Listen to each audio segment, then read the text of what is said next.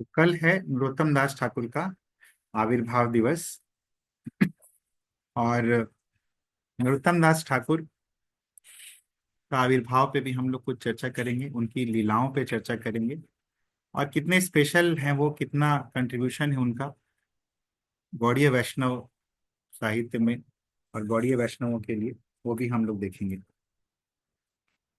तो नरोत्तम दास ठाकुर जो हैं, उनका वर्णन, उनके जीवन का वर्णन कई ग्रंथों में आता है।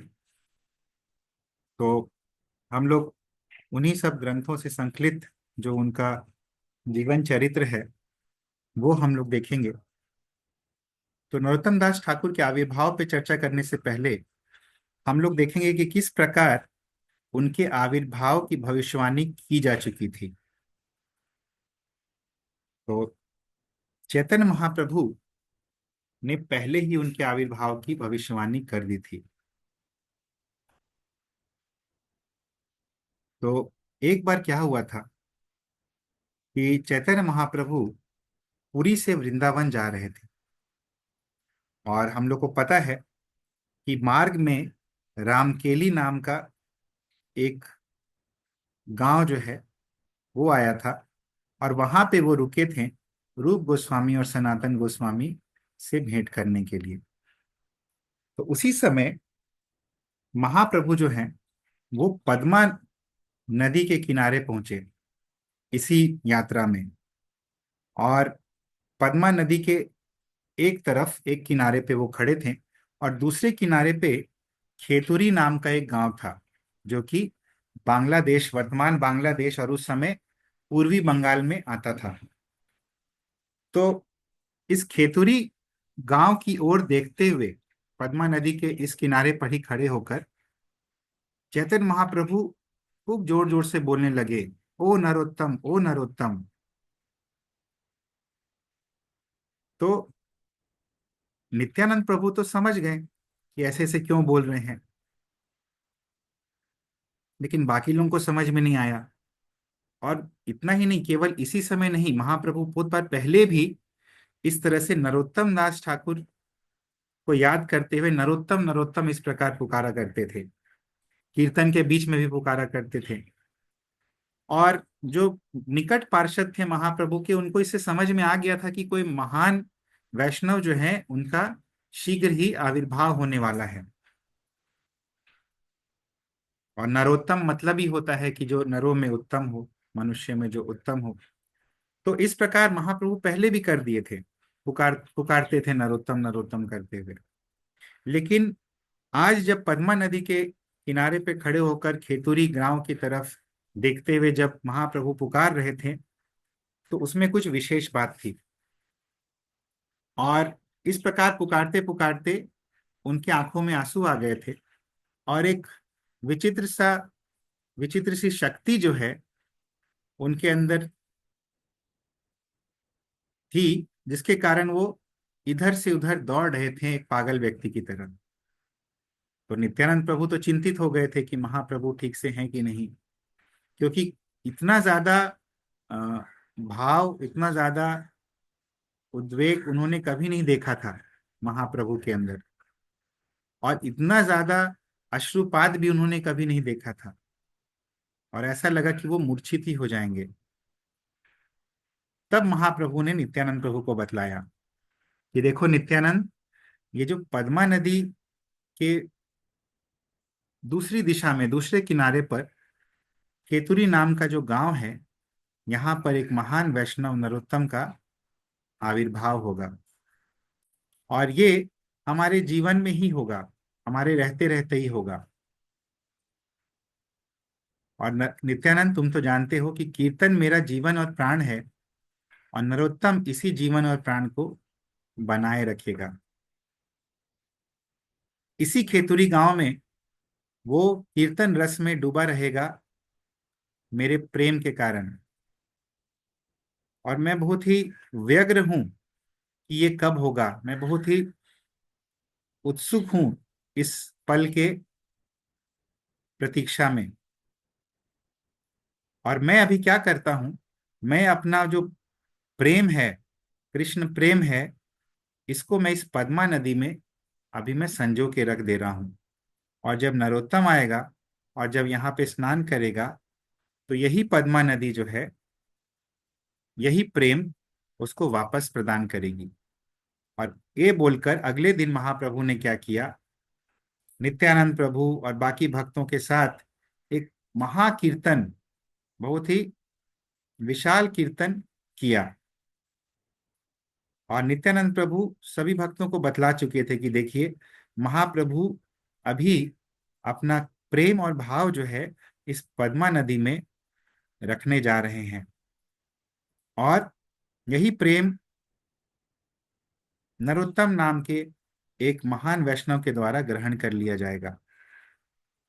तो कीर्तन के पश्चात सभी भक्त लोग नदी में स्नान करने के लिए गए। और जब महाप्रभु नदी में प्रवेश किए, पद्मा नदी में, तो पद्मा नदी का जो जल है वो अपने आप को संभाल नहीं सकी पद्मा नदी। तो जल जो है किनारों पे आने लगा, ओवरफ्लो करने लगा। और ये जो प्रेम है महाप्रभु का, वहां पे महाप्रभु ने जब संजो के रखा, तो पद्मा नदी उसको संभालने में असमर्थ सी प्रतीत होने लगी और हिलोरे मारने लगी। और ऐसा लगा कि नदी जो है किनारों से बह के बाहर आ जाएगी। और उसी समय पद्मा नदी जो है, ऐसा कहा जाता है कि पद्मा नदी महाप्रभु और भक्तों के समक्ष मूर्तिमान रूप में प्रकट हुई। और उन्होंने भगवान से पूछा कि मैं जानती हूं कि आप ये जो प्रेम है, ये मेरे माध्यम से आप नरोत्तम को देना चाहते हैं, लेकिन मैं ये कैसे जानूंगी कि नरोत्तम कौन है, मैं उसे कैसे पहचानूंगी, और वो जब आएंगे तो मैं कैसे समझूंगी कि यही नरोत्तम है। तो महाप्रभु ने पद्मा नदी को उत्तर दिया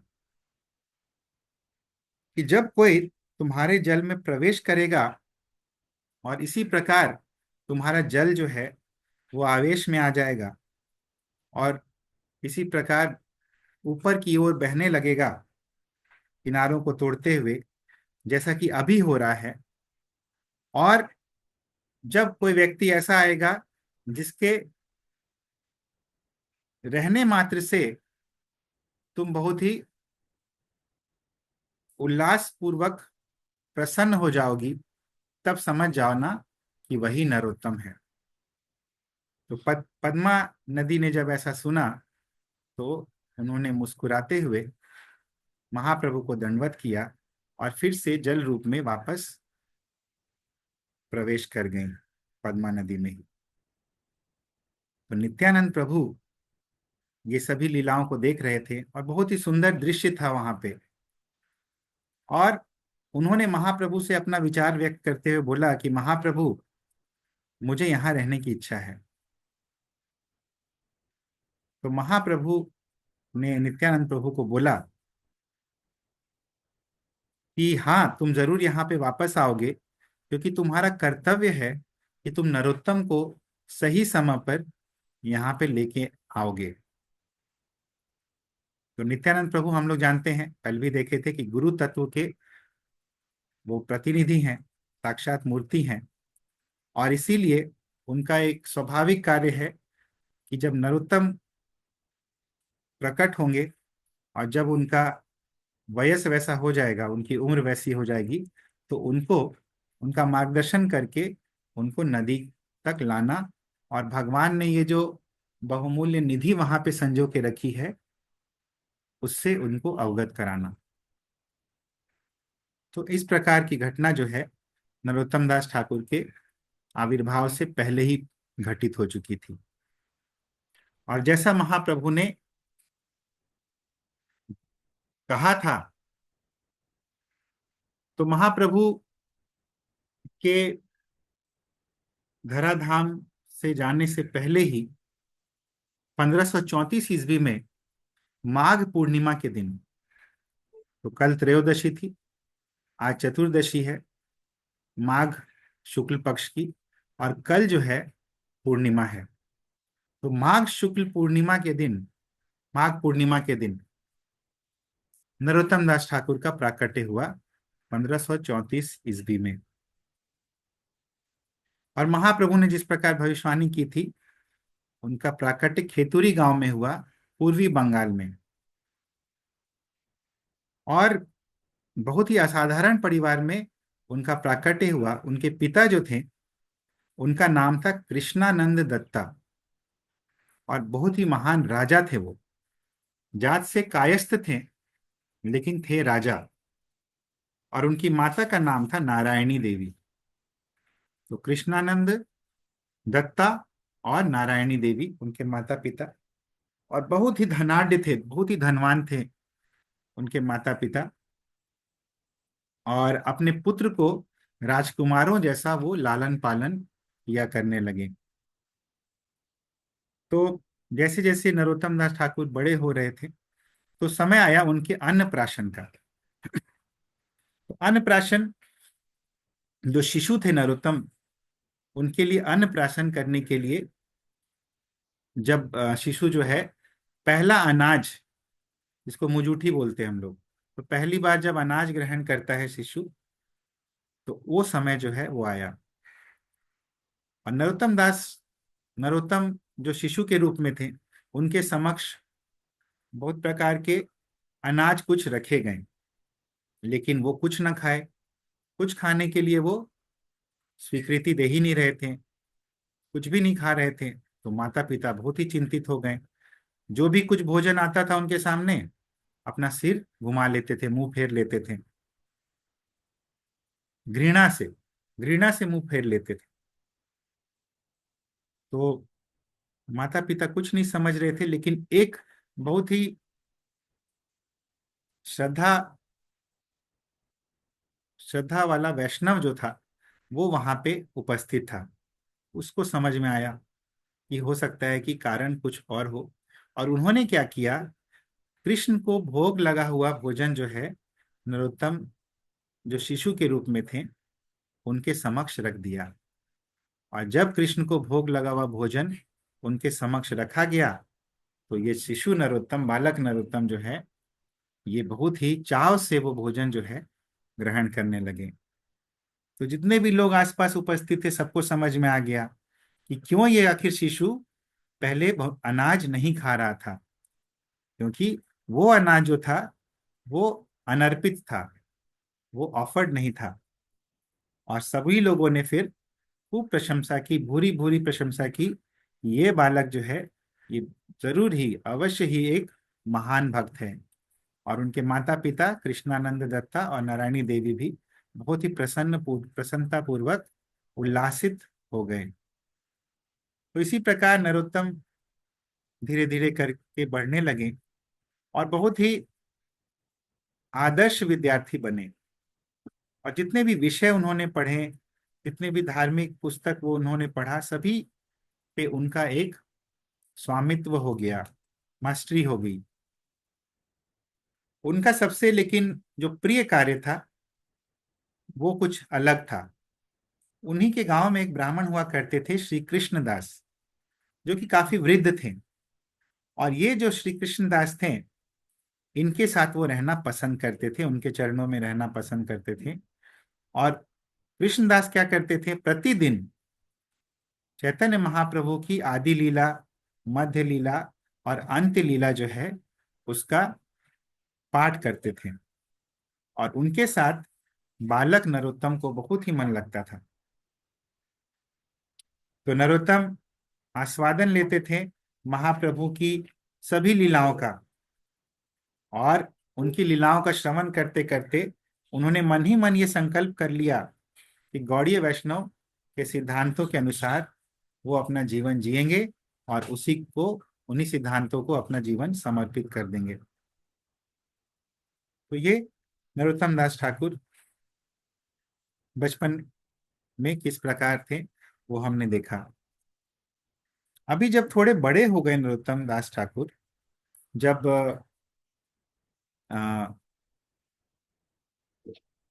कुमार अवस्था से और थोड़ा बड़े हो गए, 13-14 साल के जब हो गए, तो नित्यानंद प्रभु उनके स्वप्न में आए। जैसा कि महाप्रभु ने उनको आदेश दिया था नित्यानंद प्रभु को।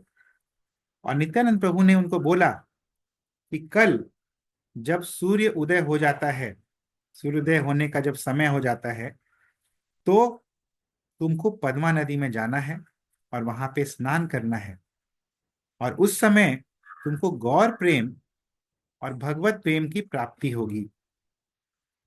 तो इस प्रकार जब नित्यानंद प्रभु ने उनको स्वप्न में यह आदेश दिया, तो नरोत्तम दास ठाकुर तुरंत जग गए और जग के नित्यानंद प्रभु के आदेश का पालन करने के लिए उन्होंने संकल्प ले लिया।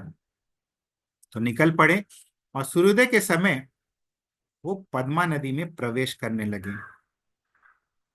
और जब पद्मा नदी में उन्होंने प्रवेश किया, तो उनको एक विचित्र, एक दिव्य अनुभूति हुई।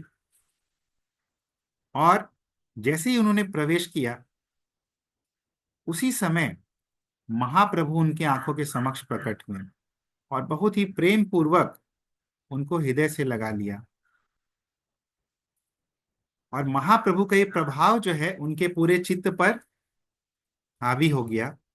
और ऐसा कहा जाता है कि उस समय, उसी क्षण, नरोत्तम दास ठाकुर, जो कि श्याम वर्ण के थे, उनका वर्ण जो है, उनका कलर बॉडी का, वो स्वर्णिम आभा के साथ प्रकट होने लगा, दिखने लगा, जो कि महाप्रभु का ही वर्ण था। कनकावदातौ, ऐसा हम लोग देखे थे। तो पिघले हुए सोने के समान तप्त कांचन, इस प्रकार उनके शरीर की आभा जो है वो प्रकट होने लगी, जबकि इसके पहले वो श्याम वर्ण के थे, नरोत्तम दास ठाकुर। तो ये जो जगह है, ये अभी भी बांग्लादेश में है। और जो भक्त लोग हैं वो अभी भी जाते हैं और यहाँ पे दर्शन करते हैं। इस जगह का नाम है प्रेम ताली घाट, जहाँ पे ये घटना हुई थी। नरोत्तम दास ठाकुर के साथ ये विचित्र घटना हुई। और नरोत्तम दास ठाकुर काफी देर तक जब घर नहीं लौटे, तो उनके माता पिता ने एक सर्च पार्टी उनको खोजने के लिए भेजा, उनके उनको खोजने के लिए। और जब ये मंडली जो है, जो उनको खोजने के लिए निकली थी, इन्होंने जब देखा पद्मा नदी के किनारे इनको एक पागल व्यक्ति की तरह नृत्य करते हुए, बहुत ही अ, आवेश वाली अवस्था में, तो इनको लगा ये पागल व्यक्ति कौन है। और इनको लगा ये तो अपना नरू जैसा नहीं लग रहा है। तो किसी प्रकार वो उनको वापस लेके आए। और इनके माता पिता भी उनको पहचान नहीं पा रहे थे। केवल शरीर की आभा ही नहीं बदली थी, लेकिन उनका स्वभाव भी काफी बदल गया था। तो शरीर उनका श्याम से स्वर्णिम हो गया था। ये तो एक एक्सटर्नली दिख रहा था, लेकिन उनका स्वभाव भी बदल गया था। वो एक युवक के जैसे, जो युवक बिल्कुल प्रेम में पागल हो जाता है, उसी के जैसा खूब जोर जोर से बोल रहे थे, रो रहे थे। और उनका रोना बिल्कुल असाधारण था। और उनकी आंखों से आंसू निकल रहे थे, जो कि भगवान के प्रेम के आंसू थे। तो नरोत्तम दास ठाकुर के माता पिता जो है, उनको लगा कि कुछ तो अलग हो गया है। तो माता ने क्या किया, नारायणी देवी ने, कि उन्होंने नरोत्तम दास ठाकुर से पूछ लिया कि मेरे प्रिय नरु, मेरे प्यारे नरु, क्या हो गया तुम्हें? तुम इतने अजीब ढंग से क्यों रो रहे हो? मैं तुम्हारे लिए कुछ कर सकती हूँ? तो नरु ने उत्तर दिया कि माता, मैं इस सुबह पद्मा नदी में स्नान करने गया और भगवान का जो दिव्य स्वर्णिम रूप है, स्वर्णिम रूप में भगवान मेरे हृदय में प्रवेश कर गए। और उन्हीं के कारण मेरा अश्रु जो है वो निकल रहा है। मैं उनके प्रेम का अनुभव कर रहा हूँ और मैं उनसे दूर रहने के कारण उनके विरह में इस प्रकार रो रहा हूँ। अगर आप सही में मेरी सहायता करना चाहते हैं और इस संताप से मुझे मुक्त करना चाहते हैं तो कृपया मुझे घर छोड़कर अपने प्रभु की शरण में जाने दीजिए। ऐसा उत्तर दिया नरोत्तम दास ठाकुर ने। और इस प्रकार बोलकर जो राजमहल था उसके कीर्तन हॉल में चले गए, कीर्तन भवन में चले गए, और वहां पे भगवान का नाम लेने लगे, बहुत ही भावावेश में आकर खूब जोर जोर से बोलने लगे कि चैतन्य महाप्रभु की जय हो, जो मेरे जीवन है, जो मेरे प्राण हैं, जो मेरे स्वामी हैं। और ऐसे कई कई घंटों तक गाते हुए वे मूर्छित हो गए। तो राजा कृष्णानंद, जो कि नरोत्तम दास ठाकुर के पिता हैं, उनको डर लगने लगा कि ये जो बालक है ये कहीं भाग ना जाए और वैरागी ना बन जाए। और एक राजा के लिए बहुत चिंता की बात थी, क्योंकि उनके एकमात्र पुत्र जो थे वो नरु ही थे, और राज सिंहासन के एकमात्र उत्तराधिकारी भी वही थे। और सब कुछ इस प्रकार यदि वो छोड़ देंगे तो बहुत ही चिंता की बात थी उनके लिए। और कृष्णानंद जो थे वो उनके विवाह की भी तैयारियां कर रहे थे, और कभी उन्होंने सोचा नहीं था कि उनका प्रिय नरु जो है वो एक वैरागी बन जाएगा। और इसी प्रकार अपने संकल्प के अनुसार राजा कृष्णानंद ने क्या किया कि जो उनके सबसे अच्छे सैनिक थे, सिपाही थे, उनको नरोत्तम दास ठाकुर पर कड़ी नजर रखने के लिए आदेश दे दिया, सुबह से लेके शाम तक। और उनका ये जो प्रेम था राजा कृष्णानंद का, इस प्रेम ने नरोत्तम दास ठाकुर को अपने ही घर में एक बंदी बना लिया। तो नरोत्तम दास ठाकुर केवल एक ही काम करते थे। इन सभी कठिनाइयों के बावजूद दिन और रात वो चैतन्य महाप्रभु, राधा और कृष्ण का नाम लेते रहते थे। तो कुछ समय के पश्चात कृष्णानंद ने देखा कि जब स्थिति में कोई सुधार नहीं आ रहा है, तो झाड़ फूक करने वाले एक ओझा को, भूत भगाने वाले को, उन्होंने अपने इस प्रकार जो पुत्र था, जिसको ऐसा लग रहा था कि कोई भूत उसके अंदर घुस गया है, उसको भूत भगाने वाले को बुलावा भेजा। तो ये जो ओझा था, इसने बोला कि ये जो बालक है इसको एक सामान्य वायु रोग हो गया है, और इसके शरीर पर तेल मलना चाहिए, और एक सियार को लाकर सियार का मांस इसे खिलाना चाहिए। तो जब नरोत्तम ने ऐसा सुना तो वो हंसने लगे इस मूर्खता पर, और उन्होंने कहा कि जानवरों को मारना जो है ये निषेधित है, ये नहीं करना चाहिए।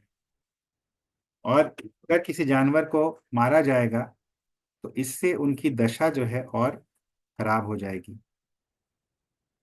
तो नरोत्तम दास ठाकुर के पिता जो है मान गए नरोत्तम दास ठाकुर की बात। लेकिन इस प्रकार से नरोत्तम दास ठाकुर को अनेक कठिनाइयों का सामना करना पड़ता था। और नरोत्तम दास ठाकुर प्रार्थना करते थे कि गौरांग महाप्रभु, हे मेरे स्वामी, आप मुझे इस प्रकार के पागल जीवन से मुक्त कर दीजिए, और मुझे अपनी सेवा करने का अवसर प्रदान कर कीजिए, और वैष्णवों का संग प्रदान कीजिए। तो इतना उनके अंदर संकल्प आ गया, और इतना ये दिन प्रतिदिन बढ़ता रहा कि वो सो भी नहीं पाने लगे, क्योंकि उनका मन और हृदय जो है हमेशा भगवान की लीलाओं में और भगवान के उद्देश्य में लगा रहता था। तो एक रात की घटना है, किसी प्रकार नरोत्तम दास ठाकुर को नींद आई, और महाप्रभु उनके स्वप्न में आए, और नरोत्तम दास ठाकुर को जोर से आलिंगन करते हुए, जैसा कि उन्होंने पूर्व में किया था जब नरोत्तम दास ठाकुर पद्मा नदी में स्नान करने गए थे, तो उसी प्रकार आलिंगन करते हुए महाप्रभु ने बोला कि ओ नरोत्तम, जिस प्रकार तुम मुझसे मिलने के लिए इस प्रकार उतावले हो रहे हो, मैं भी तुम्हारी भक्ति के कारण बहुत उतावला हो रहा हूं, और मैं तुम्हारे साथ रहना चाहता हूं। अभी वर्तमान में तुम क्या करो, और मैं चाहता हूं कि तुम वृंदावन चले जाओ, और वहां तुम मेरे प्रिय पार्षद लोकनाथ गोस्वामी से दीक्षा ले लो। तो नरोत्तम दास ठाकुर को लोकनाथ गोस्वामी से उन्होंने दीक्षा लेने के लिए बोला। ये लोकनाथ गोस्वामी कौन है? ये लोकनाथ गोस्वामी भी एक विशेष वैष्णव है। उनके बारे में भी हम लोग थोड़ा देखते हैं। तो इनके पिता का नाम था पद्मनाभ चक्रवर्ती और माता का नाम था सीता देवी। और इनका जन्म, आविर्भाव जो है, वो तालखड़ी, जो कि पूर्वी बंगाल के जैसोर जिले में आता है, वहां हुआ था। और कुछ स्रोतों के अनुसार महाप्रभु के ये सहपाठी थे, साथ ही में पढ़ा करते थे नवदीप में। और जब बहुत ही कम ही आयु थी, युवक ही थे, तब महाप्रभु ने इनको वृंदावन भेज दिया था भूगर्भ गोस्वामी के साथ।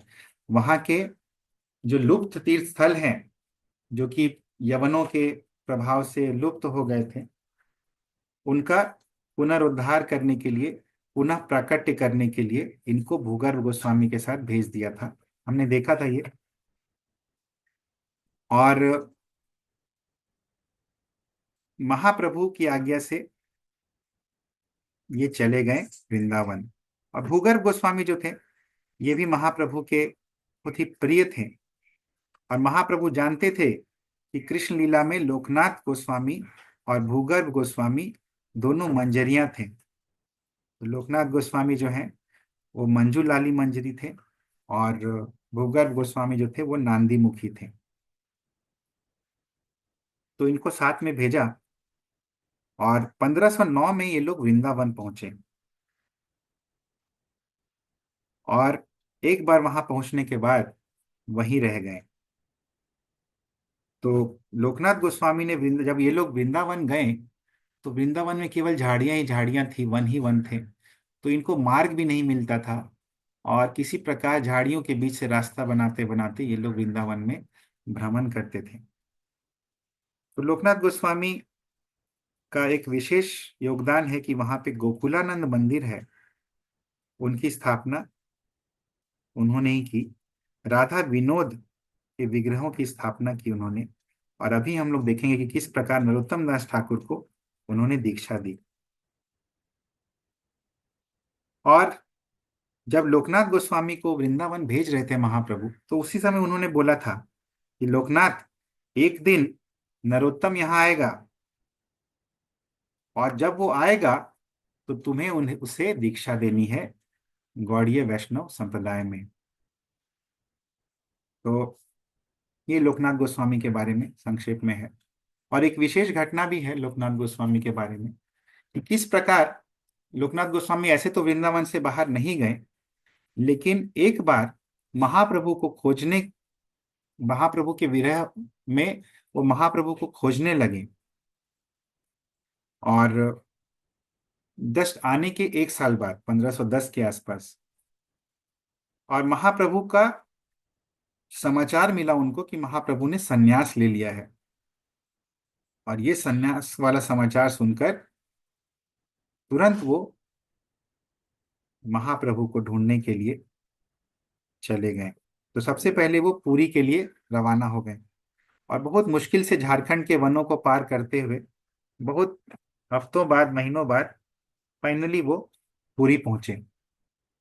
और जब वो पुरी पहुंचे तो उनको पता चला कि महाप्रभु तो दक्षिण भारत के लिए रवाना हो गए हैं। तो लोकनाथ फिर अब दक्षिण भारत की यात्रा करने लगे। और कई कई महीनों तक उन्होंने चैतन्य महाप्रभु को ढूंढा। लेकिन कुछ दिनों के पश्चात उनको पता चला कि महाप्रभु वापस पुरी आ गए। फिर से उन्होंने महाप्रभु को खोजना शुरू किया और पुरी की तरफ रवाना हो गए। इस बार तो उनको लगा कि महाप्रभु से इस बार तो मिल लेंगे। लेकिन जब वो पुरी पहुंचे, तब उनको समझ में आया, उन्होंने लोगों से सुना कि महाप्रभु तो अभी वृंदावन के लिए चले गए हैं। और इस प्रकार लोकनाथ गोस्वामी वापस से वृंदावन की तरफ प्रस्थान कर गए। लेकिन जब वो वृंदावन पहुंचे, तो महाप्रभु वहां से जस्ट निकले थे। और निकलते हुए वो प्रयाग और बनारस होते हुए पूरी वापस जाने के लिए रवाना हो गए थे। तो इस प्रकार लोकनाथ गोस्वामी की भेंट महाप्रभु से नहीं हो पाई। लेकिन स्वप्न में महाप्रभु उनके प्रकट हुए, और महाप्रभु ने बोला कि देखो, तुम अपना समय बर्बाद मत करो, तुम वृंदावन में ही रहो, क्योंकि तुम जब मुझे इस प्रकार के सन्यासी वेश में देखोगे तो तुम्हारे हृदय को बहुत ही पीड़ा होगी। और महाप्रभु ने उनको सांत्वना देते हुए बोला कि तुम्हारा जो मेरे साथ संबंध था उस पर ध्यान करो। जब मैं नवद्वीप में रहता था, जब मैंने संन्यास नहीं लिया था, उस अवस्था का ध्यान करके उसी में अपने चित्त को लगाए रखो। तो जब इस प्रकार का स्वप्न आया लोकनाथ गोस्वामी को, तब उनका जो उत्साह है वृंदावन के लुप्त तीर्थ स्थानों को खोजने का, वो और बढ़ गया, और उनका निश्चय जो है प्रबल हो गया। और रूप गोस्वामी और सनातन गोस्वामी जब आए तो उनके साथ मिलकर उन्होंने काफी अच्छे से इस कार्य का संपादन किया। और अक्सर वो गाइडेंस देते थे, निर्देश देते थे, मार्गदर्शन करते रहते थे जितने भी भक्त लोग आते थे वृंदावन उनका।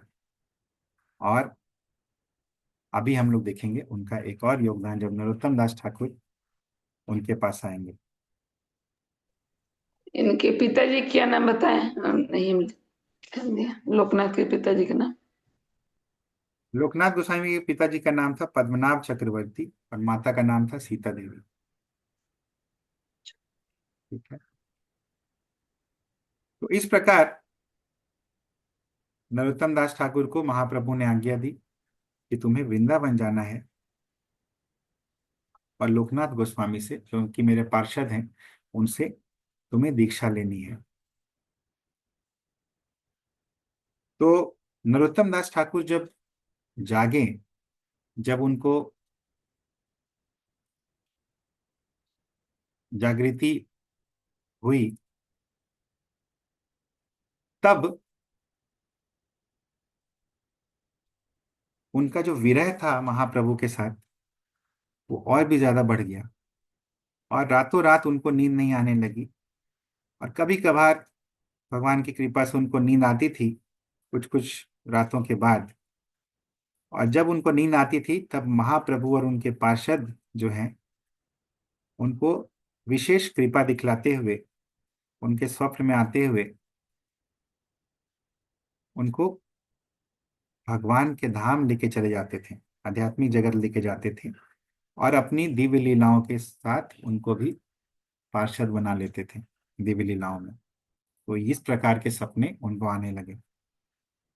तो इस प्रकार कुछ महीने बीते, और नरोत्तम दास ठाकुर की ख्याति जो है पूरे बंगाल में फैल गई।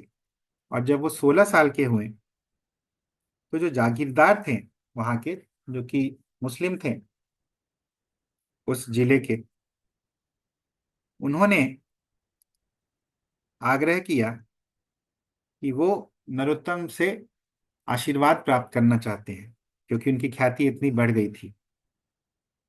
तो राजा कृष्णानंद दत्त जो थे, वो इतने बड़े जागीरदार को मना नहीं कर सके।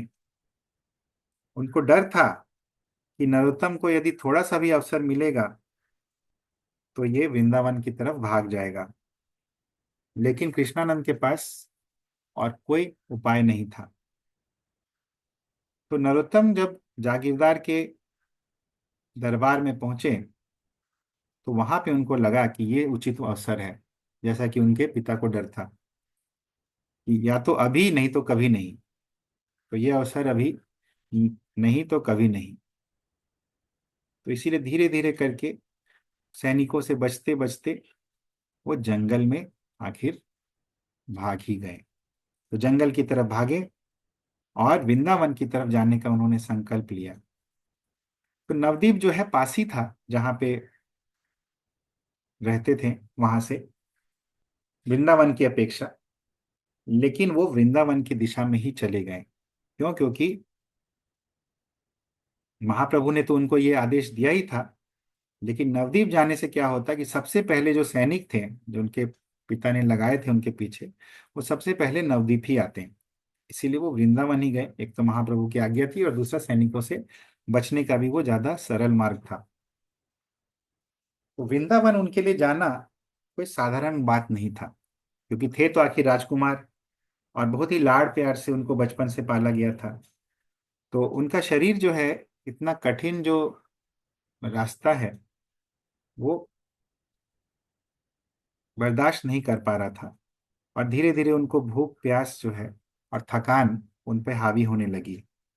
और 3 दिन इस प्रकार किसी प्रकार वो अपने आप को खींचते खींचते जा रहे थे। लेकिन 3 दिन के पश्चात उनके जो कोमल पैर थे उनमें फोड़े आने शुरू हो गए, और बहुत ही थकान के कारण वो मूर्छित हो गए, क्योंकि राजकुमार थे। तो इस प्रकार मूर्छित अवस्था में, थके अवस्था में,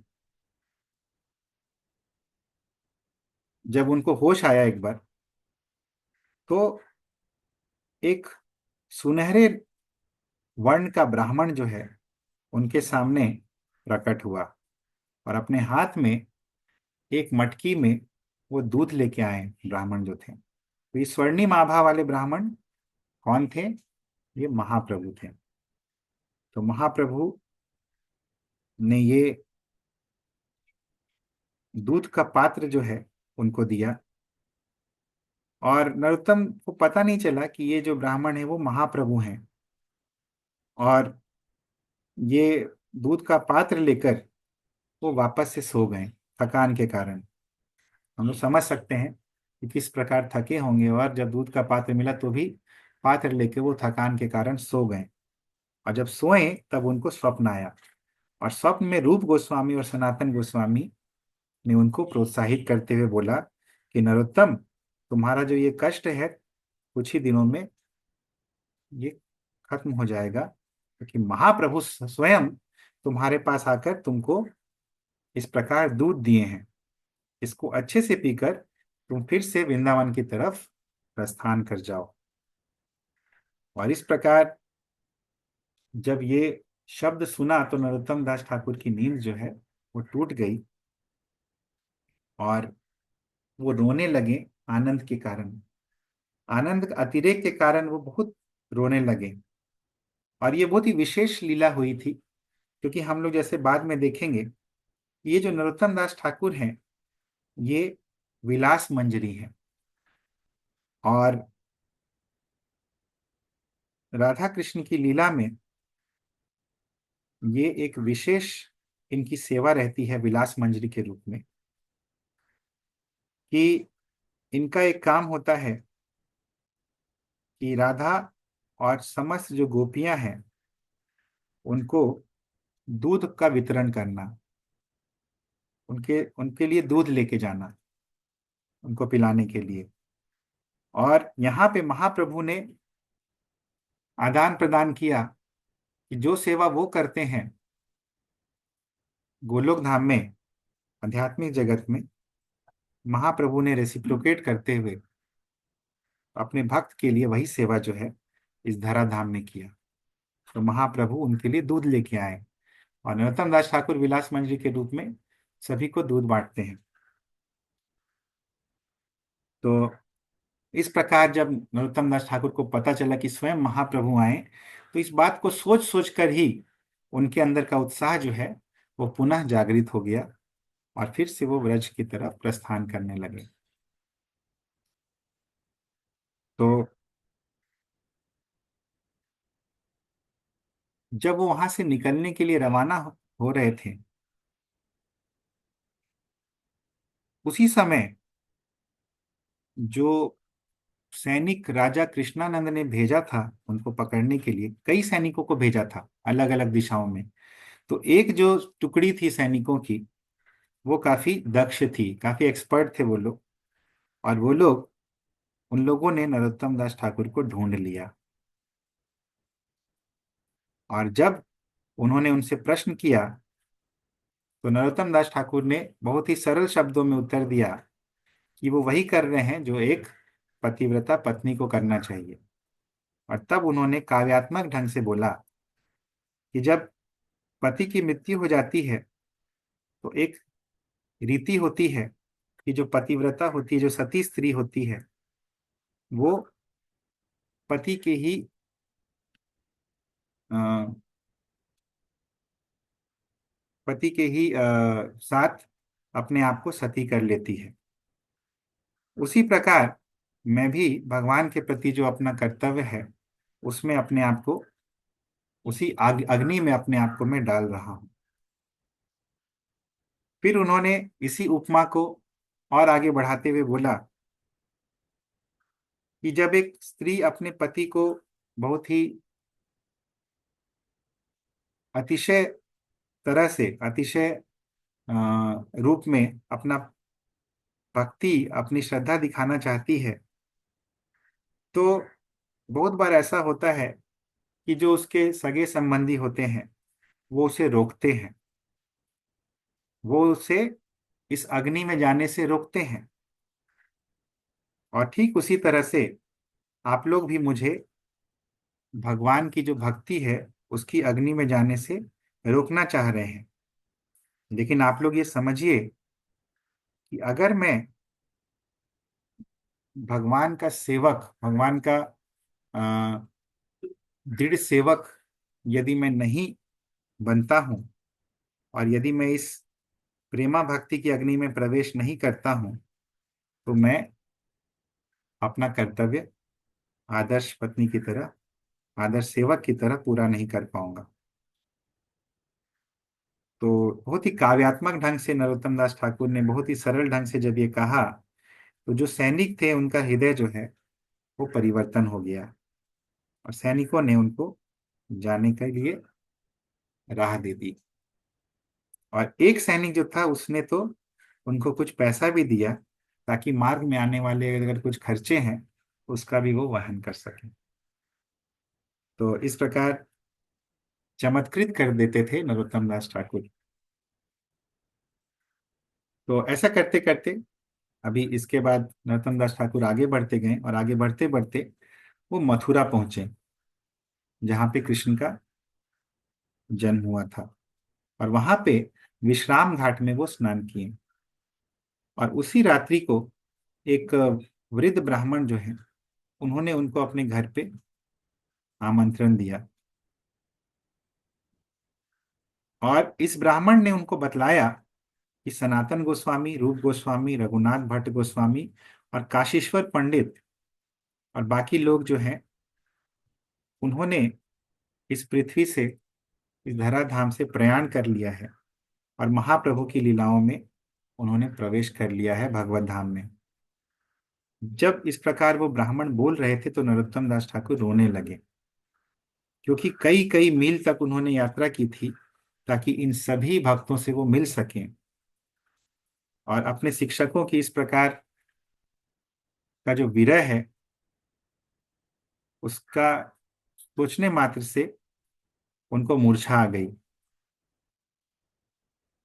और ऐसा अ, बतलाते हैं उनके चरित्र का जिन्होंने लेखन किया है, वो लोग बतलाते हैं कि इस समय जब मूर्छा आ गई, जब तंद्रा आ गई उनको, तो नरोत्तम दास ठाकुर को एक दिव्य दृष्टि मिली। और रूप गोस्वामी, सनातन गोस्वामी और कुछ वैष्णव जो कि धराधाम से चले गए थे या प्रकट हो गए थे, वो लोग नरोत्तम दास ठाकुर से मिलने आए, और नरोत्तम दास ठाकुर उनसे बातें करने लगे। और केवल नरोत्तम दास ठाकुर ने ही बातें नहीं की, जिस ब्राह्मण के घर पे रुके थे वो भाग्यशाली ब्राह्मण भी इन बातों को सुन पा रहा था। उसको भी समझ में आ रहा था कि अंदर कुछ चर्चा चल रही है रूप गोस्वामी, सनातन गोस्वामी, काशीश्वर पंडित, रघुनाथ भट्ट गोस्वामी के साथ नरोत्तम दास ठाकुर की। तो इस प्रकार नरोत्तम दास ठाकुर जब वृंदावन आ गए तो गोविंद देव मंदिर पहुंचे वो, और रूप गोस्वामी के द्वारा बनवाया गया ये भव्य मंदिर देखकर वो बिल्कुल उन्मत्त हो गए, बिल्कुल पागल जैसे हो गए। और उनके अंदर अष्ट सात्विक विकार आने लगे: पुलक, अश्रु, कंप, वैवर्ण्य, मूर्छा, रोमांच। और इस प्रकार जब लोगों ने देखा इनके अष्ट सात्विक विकारों को, तो ये खबर जो है पहुंच गई जीव गोस्वामी तक। और जीव गोस्वामी को पता चला कि एक नया साधु जो है वो वृंदावन में आया है। तो जीव गोस्वामी को तो समझ में आ गया कि ये साधु कौन है। ये वही साधु है जिसकी भविष्यवाणी चैतन्य महाप्रभु ने की थी, तो हो ना हो ये नरोत्तम है। तो जल्दी जल्दी जीव गोस्वामी जो है गोविंद देव मंदिर की तरफ चलने लगे। और वहां पे उन्होंने नरोत्तम दास ठाकुर को देखा जब, तो तुरंत उनको महाप्रभु का स्मरण हो गया। और उसी समय बहुत सारे वैष्णव महंत भी वहां पहुंचे, ये पूछते पूछते कि कहाँ है नरोत्तम, कहाँ है नरोत्तम। और सभी भक्त जो वहां पे ऑलरेडी थे, जिन्होंने देखा था नरोत्तम दास ठाकुर को इस प्रकार, उन्होंने अपनी उंगली से बतलाया कि नरोत्तम दास ठाकुर तो इधर हैं, मंदिर के प्रांगण में। तो नरोत्तम दास ठाकुर जब इस प्रकार वृंदावन के जो श्रेष्ठ भक्त हैं उनसे मिले, तो सभी भक्तों में उनको विशेष रूप से आकर्षित किया लोकनाथ गोस्वामी ने। और लोकनाथ गोस्वामी का जो तपस्या है, उनकी जो विनयशीलता है, उनको देखकर नरोत्तम दास ठाकुर बहुत ही प्रभावित हुए। और लोकनाथ गोस्वामी बहुत ही दयालु हृदय थे, और नरोत्तम दास ठाकुर के लिए वो मंदिर का जो प्रसाद है अलग से निकाल के रख लिए थे, ताकि दोनों जन साथ में बैठ के प्रसाद प्राप्त करें। क्योंकि महाप्रभु ने लोकनाथ गोस्वामी को भी एक रात पहले स्वप्न में बोला था कि नरोत्तम कल आने वाला है। और इसीलिए लोकनाथ गोस्वामी भी पूरी तैयारी में थे, और उन्होंने प्रसाद पहले से ही अलग से नरोत्तम दास ठाकुर के लिए रखवा लिया था। और नरोत्तम दास ठाकुर और लोकनाथ गोस्वामी प्रसाद पाने लगे, और नरोत्तम दास ठाकुर ने पूरा वर्णन जो है अपने बारे में वो लोकनाथ गोस्वामी को बतलाया। और फाइनली उन्होंने बोला कि देखिए लोकनाथ गोस्वामी, मेरा तो कोई स्थिति ही नहीं है, मेरी कोई योग्यता नहीं है कि मैं आपके साथ इस प्रकार प्रसाद पाऊं, क्योंकि मेरे तो कोई गुरु भी नहीं है। इस प्रकार जब उन्होंने बोला तो लोकनाथ गोस्वामी हंसने लगे जोर जोर से, और बोलने लगे कि तुम्हें तो महाप्रभु की प्रत्यक्ष कृपा मिली है, वही सबके मूल गुरु हैं, वही पूरे विश्व के गुरु हैं। उनके अलावा तुम्हें और शिक्षक क्यों चाहिए? उन्होंने तुम्हें ये प्रेम दिया है, और ये जो प्रेम है इसके लिए कई भक्त लोग कितना लालायित रहते हैं, और तुम्हें तो स्वतः ये प्रेम उन्होंने दे दिया है। कई भक्त लोग पूरे जीवन भर इस प्रेम को पाने के लिए लालायित रहते हैं। तुम्हें वही प्रेम प्राप्त है, तो तुम्हें गुरु की क्या आवश्यकता है? तो नरोत्तम दास ठाकुर ने बोला, मेरे प्रभु, मैं एक बहुत ही गरीब व्यक्ति हूं, मेरे अंदर कोई भी गुण नहीं है। आपकी आज्ञा ही मेरा जीवन और प्राण है। लेकिन अगर आप मुझे अ, आज्ञा दें, तो मैं आपसे कुछ बोलना चाहूंगा। तो लोकनाथ गोसाई ने बोला कि हाँ, तुम खुल के बोल सकते हो। फिर नरोत्तम दास ठाकुर ने बोला कि हाँ, ये सही है कि महाप्रभु ही मूल गुरु हैं, लेकिन साथ ही साथ उनका ये दृढ़ विश्वास है कि आप जो हैं मेरे गुरु रहेंगे, और उन्होंने ही मुझे आपसे दीक्षा लेने के लिए बोला है। गुरु जो है वो अपने शिष्यों को साधना करना सिखलाते हैं आध्यात्मिक जीवन में।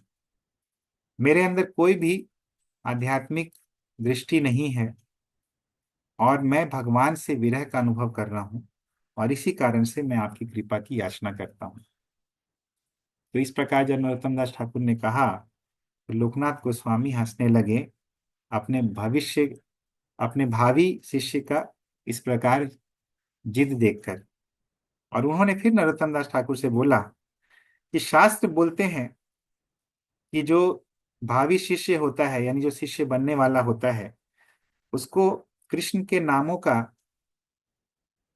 संख्या पूर्वक जप करना चाहिए 1 साल तक, जब तक कि वो कृष्ण के नामों के प्रति आसक्ति न विकसित कर ले।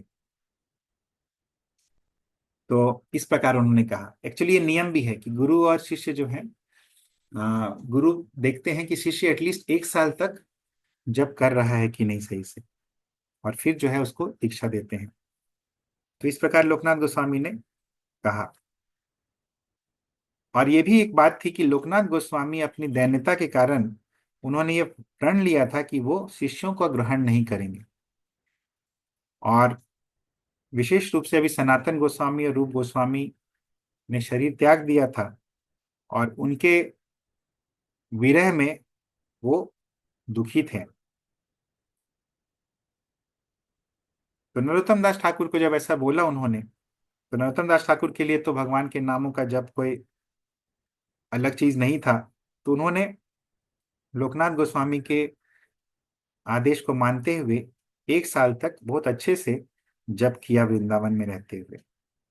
और इस समय लोकनाथ गोस्वामी के उपदेशों को वो नियमित रूप से सुनते रहे, और दैन्यता के कारण वो केवल लोकनाथ गोस्वामी का महाप्रसाद ही खाते थे, उनका उच्छिष्ट ही खाते थे। और बहुत ही अ, दैन्यता वाले वो साफ सफाई वाले कार्य करते रहते थे। और इस प्रकार 1 साल बीत गया, लेकिन लोकनाथ गोस्वामी जो थे वो उनको दीक्षा देने के लिए अभी तैयार नहीं थे। तो नरोत्तम दास ठाकुर बहुत ही आदर पूर्वक अपने गुरु की सेवा करते रहते थे। और इसी प्रकार वो सेवा करते रहे 1 साल के बाद भी। तो दूसरा साल भी बीत गया। तो दूसरा साल बीतने के बाद लोकनाथ गोस्वामी को एक स्वप्न आया, और महाप्रभु उनके स्वप्न में प्रकट हुए, और उनको डांटते हुए फटकारते हुए उन्होंने बोला कि क्या मैंने तुम्हें नहीं बोला था कि तुम नरोत्तम को दीक्षा दो। और फिर महाप्रभु ने बोला कि तुम इस प्रकार अपना ढोंगी वैराग्य, ढोंगी दैन्यता जो है वो मत दिखलाओ। और लोकनाथ गोस्वामी को समझ में आ गया कि अब तो उनको नरोत्तम दास ठाकुर को दीक्षा देनी होगी। तो नरोत्तम दास ठाकुर फिर से दीक्षा के लिए निवेदन करने के लिए आए लोकनाथ गोस्वामी से। और इस समय नरोत्तम दास ठाकुर ने एक बहुत ही प्रिय वचन उनको कहा। उन्होंने बोला कि मैं एक स्त्री के जैसी हूं जिसने अपने पति को चुन लिया है। मेरा हृदय जो है उसमें कोई संशय नहीं है इस विषय में, और मैंने अपना मन जो है वो इसी प्रकार बना लिया है। और बस एक ही प्रार्थना है मेरी कि मेरे पिता जो हैं मेरे इस चयन से सहमत रहें। और फिर नरोत्तम दास ठाकुर ने बोला कि मैं प्रार्थना करता हूं कि मेरे पिता जो आध्यात्मिक जगत में हैं वो मेरे इस चुनाव से सहमत रहें। जब इस प्रकार नरोत्तम दास ठाकुर ने बहुत ही प्रेम से, विनय से जब इस प्रकार बोला, तो लोकनाथ गोस्वामी का हृदय जो है वो पिघल गया। और फिर उन्होंने बोला कि तुम्हारा जो ये दृढ़ निश्चय है वो मेरे दृढ़ निश्चय से कहीं ज्यादा कठोर है। लेकिन बस इस बात का, मैं इस बात का बस तुमको ध्यान रखना है कि तुम ही बस मेरे एकमात्र शिष्य बनोगे, और तुम ही एकमात्र शिष्य होगे जो मैंने जीवन में कभी बनाया होगा।